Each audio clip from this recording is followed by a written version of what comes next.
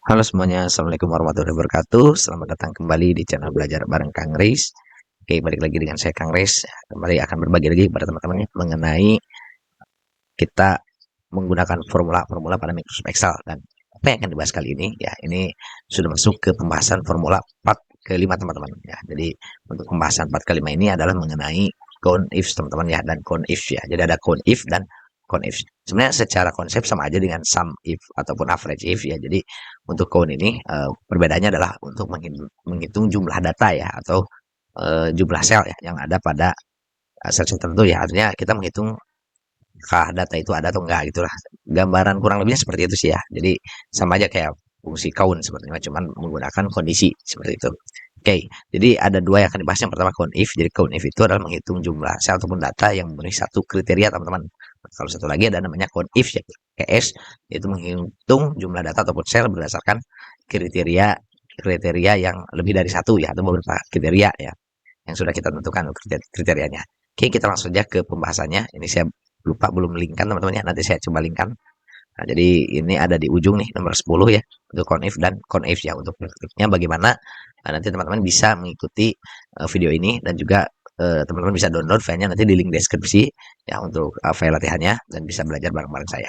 Oke, kita langsung saja. Di sini saya punya 3 tabel ya. Jadi tabel pertama itu adalah tabel utamanya atau tabel data ya. Jadi ada tabel data karyawan ya, di mana ada nama karyawan, kemudian departemen, dan status ya, ada status tetap ataupun kontrak ya. Kalau departemen ada IT, HRD, dan finance teman-teman ya. Jadi di sini kita gunakan fungsi count untuk menghitung berapa sih jumlah misalkan orang IT, kemudian ada orang HRD-nya berapa. Nah, kita bisa gunain namanya formula formula pada Excel, yaitu count if ya teman-teman ya. Oke, kita hitung hasil di sel hasil ini ya teman-teman, atau di kolom hasil ini, yaitu menggunakan fungsi ataupun formula if. Caranya gampang teman-teman ya. Biasa cukup ketikkan saja sama dengan, kemudian tuliskan formulanya, yaitu if ya. Jadi if ini tadi saya seperti bilang sebelumnya adalah untuk kondisi satu kriteria teman-teman ya. Nah, di sini ada parameter yang mesti diisi nanti, yaitu range. Range yang mau dihitungnya yang mana nih? Nah, ini kan berdasarkan kriteria departemen teman-teman ya. Jadi kita ambil yang departemen ini ya. Untuk range-nya biasa kita kunci, kemudian kita saya baliknya ke formula bar biar kelihatan di sini nih di atas. Kemudian untuk parameter kedua yaitu kriteria. Nah, kriteria ini kita bisa ambil yang udah ada di dalam sel, yaitu ini ya, IT ya, dan juga HRD ya. Nah, ini nggak usah dikunci, biar nanti kalau memang datanya banyak kita bisa copy atau drag ke bawah teman-teman ya. Kemudian kita tutup kurung, kemudian kita enter, maka kurang lebih hasilnya adalah seperti ini. Nah, untuk yang di sampingnya ini juga sama ya. Kalau saya sendiri sih cara gampang saya copy aja formulanya ke sini. Namun untuk range kriterianya ini teman-teman bisa ketikkan ulang, ataupun kalau misalnya kita lagi ngolah data ya, kita geser aja. Karena yang mau diambil kan sekarang status ya. Jadi kita geser ke kriteria status teman-teman ya. Jadi nanti secara otomatis si alamatnya juga akan bergeser ya teman-teman, sesuai dengan tadi pergeserannya kita kemana.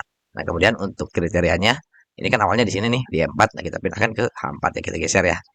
Kita geser. Nah, ini untuk kriterianya kita enter, maka kurang lebih hasilnya adalah seperti ini teman-teman. Gampang ya. Jadi untuk formula if ini kurang lebih adalah untuk menghitung berapa data ya pada suatu range data dengan kondisi ataupun kriteria yang sudah ditentukan. Dan untuk if itu adalah untuk satu kriteria.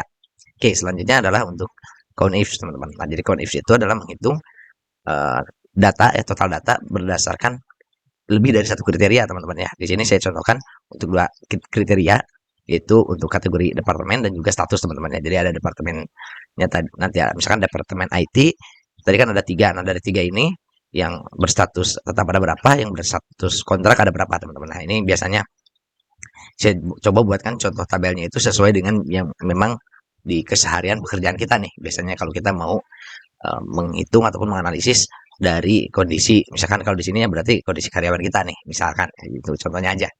Caranya cuma gampang teman-teman, kita tinggal ketikkan saja rumusnya, yaitu if ya, if.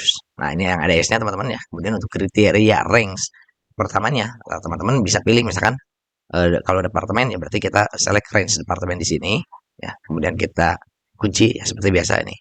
Kunci ya semuanya, berikan tanda dolar supaya tidak bergerak.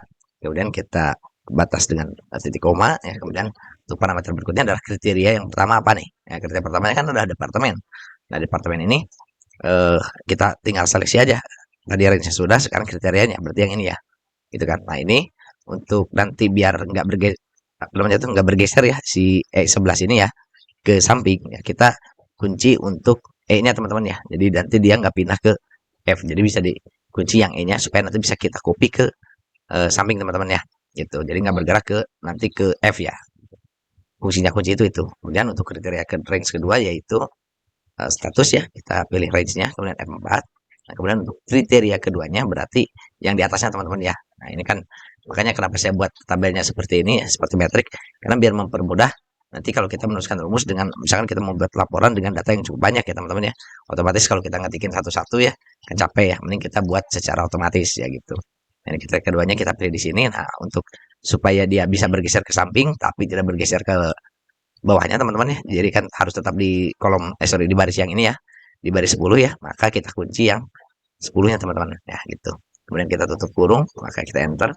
Kurang lebih hasilnya seperti ini. Nah, ini kalau udah kunciannya benar teman-teman. Ini kita bisa geser ya. Kita geser ke samping dan juga kita bisa geser ke bawah ya, bisa copy beginilah. Copy paste semua gitu. Nah, kurang lebih hasilnya seperti ini. Kalau kita mau validasi boleh misalkan di sini untuk yang konif ya. Misalkan untuk departemen IT, untuk status kontrak itu ada satu ya teman-teman. Kita cek di sini IT ya. Kontrak, kemudian tetapnya dua, kemudian kontraknya ada satu ya.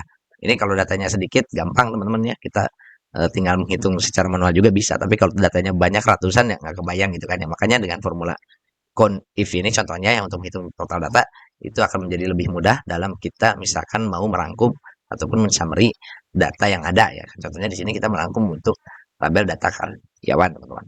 Oke, mungkin cukup sekian teman-teman ya mengenai pembahasan conif dan conif. Nanti di part ke-6 nanti akan saya lanjutkan kembali untuk pembahasan formula lainnya teman-teman ya yang mungkin memang bisa bermanfaat pada pekerjaan kita sehari-hari. Oke, mungkin sekian yang bisa saya sampaikan. Lebih kurangnya saya mohon maaf apabila ada kesalahan ataupun tutur kata yang kurang baik dari penyampaian yang saya sampaikan. Sekali lagi mohon dimaafkan karena keterbatasan ilmu yang saya miliki. Saya akhiri video kali ini. Billahi taufiq walhidayah. Wassalamualaikum warahmatullahi wabarakatuh. Salam belajar Kang Reis. Semangat belajar.